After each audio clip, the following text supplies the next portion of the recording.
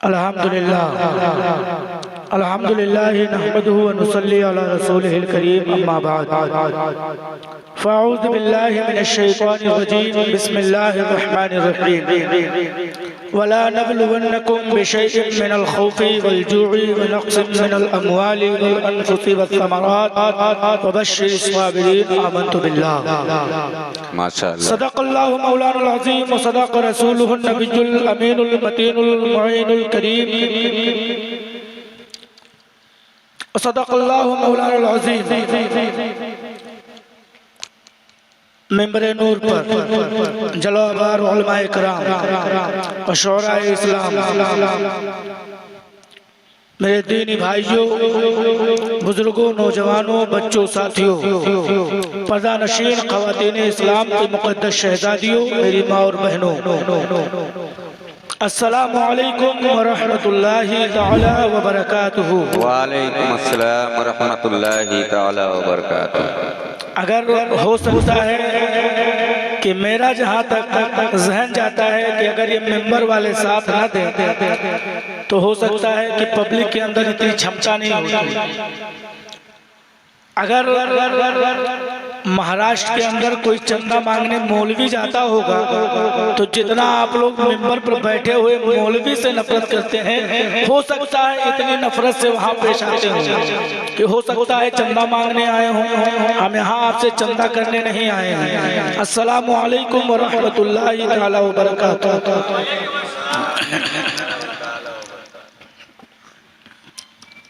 اسی پہ مہرباں رب غفور ہوتا ہے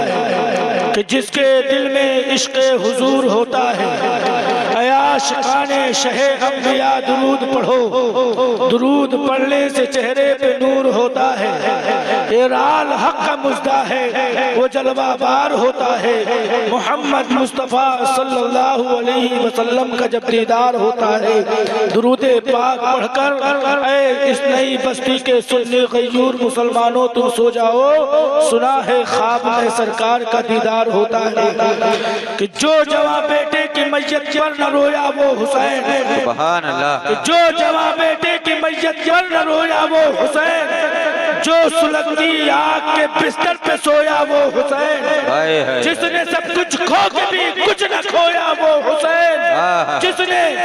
نے سب کچھ کھو کے بھی کچھ نہ کھویا وہ حسین، مرتبہ اسلام کا جس نے دوبارہ کر دیا، پرچم اسلام کے جھنڈے کو اس نے دوبارہ کر دیا۔ سبحان اللہ، سبحان اللہ۔ کچھ عرض و معروض سے قبل گنبد خضرا کی جانب لو لگا کر سنہری جالیوں میں آرام فرمانے والے آقا، ہم غریبوں کے داتا، بے سہاروں کے سہارا، یتیموں کے ماما، غریبوں کے ملجا، جنہیں عرش والے کہیں احمد مصطفیٰ، فرش والے کہیں محمد مصطفیٰ علیہ الصلوۃ والسلام کی بارگاہ رسالت و مام میں ہدیہ درود و سلام پیش کریں اور پڑھیں بآواز بلند درود شریف۔ اللہم صلی علی وسلم مرحوم مردی لدیہ صلاة تبقى تدوم بدوام الملک الحج القیوم صلاة و سلام علیکہ سیدی حبیبی یا رسول اللہ صلی اللہ علیہ وسلم۔ محترم حضرات، آج محرم الحرام کی یہ 7 تاریخ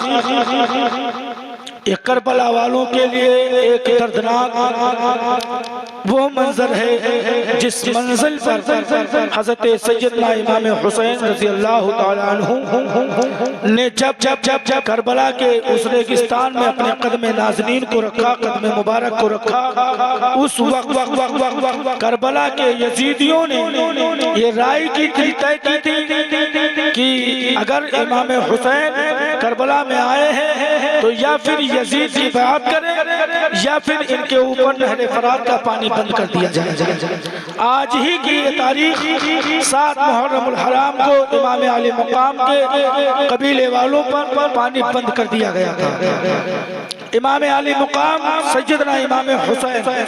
رضی اللہ تعالی عنہ نے جب کربلا کے اسی ہوئے دبتے ہوئے ریگزار میں اپنے قدم مبارک کو رکھا، اس وقت اسی کربلا کی سرزمین پر 72 جانثارانے امام حسین ساتھ میں تھے۔ ہر کسی کے دل میں یہ آرزو تھی کہ آقا حسین آپ ہمیں اجازت دے دیں تو ہم اسی کربلا میں ہم اپنے سر کو قلم کروا کر کے شہید ہو جائے اور رب کی بارگاہ میں اللہ رب العزت اپنی بارگاہ میں ہماری خوشنودی حاصل فرمائے۔ اللہ رب العزت کی بارگاہ میں ہر مستانہ یہی کہہ رہا تھا، ہر دیوانہ یہی کہہ رہا تھا، جانثاران سحر امام حسین کے دل کی یہ آرزو تھی کہ کاش اس کربلا میں ہماری پہلے باری آ جائے تو ہم کربلا میں پہلے شہید ہو جائے اور رب کی بارگاہ میں ہماری قبولیت ہو جائے۔ یہ 7 تاریخ یعنی 7 محرم الحرام سن 61 ہجری میں جب حضرت سیدنا امام حسین رضی اللہ تعالیٰ عنہ نے مکہ سے کربلا کی سرزمین پر آپ پہنچے ہیں تو اس وقت ایسے آپ کے راستے کو روکا جا رہا تھا جس طرح حضرت سیدنا امام حسین رضی اللہ تعالیٰ عنہ کو یوں کہیے کہ اگر ہمارے راستے کو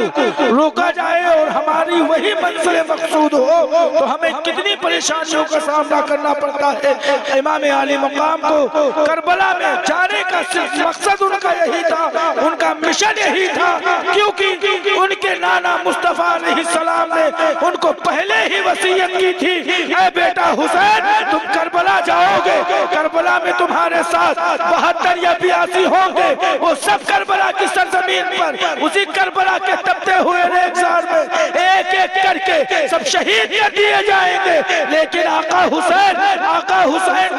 نے جب ساری وصیتیں اپنے نانا کی سنی تھی اس وقت آقا حسین کے نہ پیشانی پر کوئی لغزش آئی تھی، نہ اس وقت آقا حسین کے پیشانی پر کوئی ایسی مصیبتوں کا سامنا تھا۔ ایسا لگتا تھا کہ امام حسین اسی نانا کی وصیت کو سن 61 ہجری میں کربلا کے میدان میں اس طرح ادا فرما رہے ہو جس طرح حضرت سیدنا امام حسین رضی اللہ تعالیٰ عنہ کے خانوادے پر کوئی مصیبت بھی نہ پڑی ہو، امام حسین اس کارنامے کو ایسے انجام دے رہے ہیں جس طرح حضرت سیدنا امام حسین کو تمام لوگوں نے ان کے راستے کو روکنا چاہا۔ عبید اللہ ابن زیاد نے کہا تھا اے حسین ابن علی تم اس لیے تم آج یزید کی ہاتھوں پر بیعت کر لو تو میں تمہیں قتل کرنے سے چھوڑ دیا جائے گا۔ حضرت سیدنا امام حسین نے اس وقت اپنی زبان حال سے کہا تھا اے یزید ابن امیر معاویہ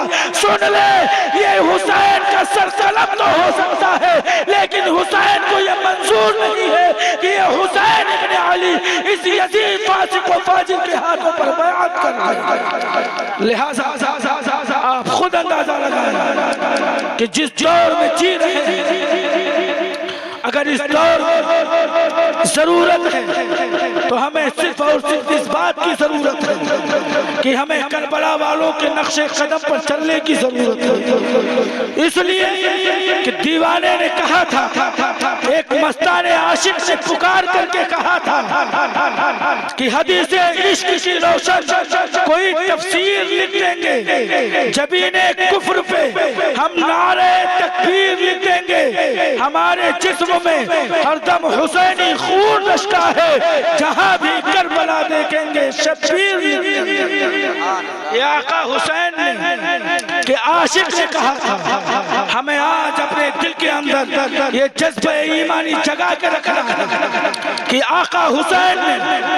کس طرح اپنے 6 ماہ کے ننھے معصوم کو کربلا میں شہید کرتے ہوئے دیکھا۔ اگر حرملہ نے تیر چلایا ہے تو ننھا معصوم علی اصغر اسی کربلا میں شہادت کو جو نوش کر رہا ہے،